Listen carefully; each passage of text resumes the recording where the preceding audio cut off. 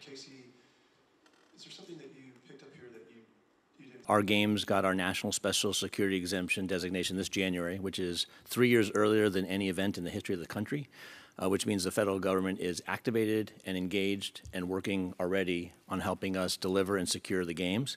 Our mantra, we need to be the safest place, but we need to be the greatest experience as well, and we're not going to sacrifice one for the other.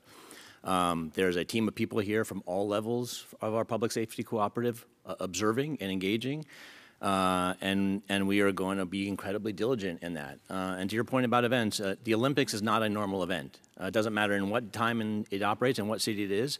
The benefit in LA is we have lots of incredibly big global events, and so we are used to different security protocols for those events. Shows us that starting early and try. Part of having a no-car Olympics means getting people not to drive, but also using public transportation to get to the games. Especially since 2001, but even in '84, the security issue, nothing. And so we will be building out aspects of our public transportation system. That's not going to be enough. We're going to need over 3,000 buses that will come. We will borrow from all around the country. And again, you can't do that without cooperation on every level of government. And I'm happy to say that we certainly have that. A question for Mayor Bass. In the build-up to these games in Paris.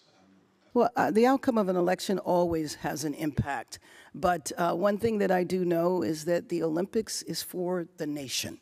And I do believe that regardless of the outcome of the election, that our nation will come together as a whole and celebrate the games in Los Angeles and to make sure that we are represented in the world stage in the way that we should be. But we do have two major concerns. One's about the gun control of United. We have had 3 United States presidents sign letters on our bid. Started with President Obama, and President Trump, and President Biden. So we have been through 3 administrations who have remained incredibly supportive. The Congress, and obviously the mayor, having such a distinguished career as a United States congresswoman and a leader in the House, has been incredibly supportive. And I just want to remind people, this is about red, white, and blue. This is not about red and blue.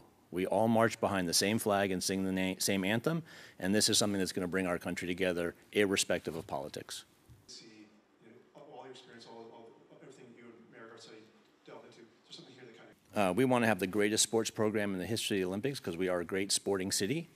And so we are bringing some of the most important, most traditional, most meaningful sports in our country, baseball, softball, and flag football. And we're bringing some of the most important, most accessible sports in the world, cricket and squash. There's 1.5 billion people who cricket is what makes the sun rise and sunset every day. And they're going to be paying attention to the Olympics like they never have. And that's an audience and a group of people who's going to have an exposure and awareness to LA that may not have paid attention. And you think about lacrosse. It's a sport that has a truly special history in our country, created by the Six Nations. It's truly authentic to the land we are on. And including that in the program was a really special opportunity. And the 36 sports we have on our program will mean this will be the greatest collection of athletes the history of the world has ever seen in one place.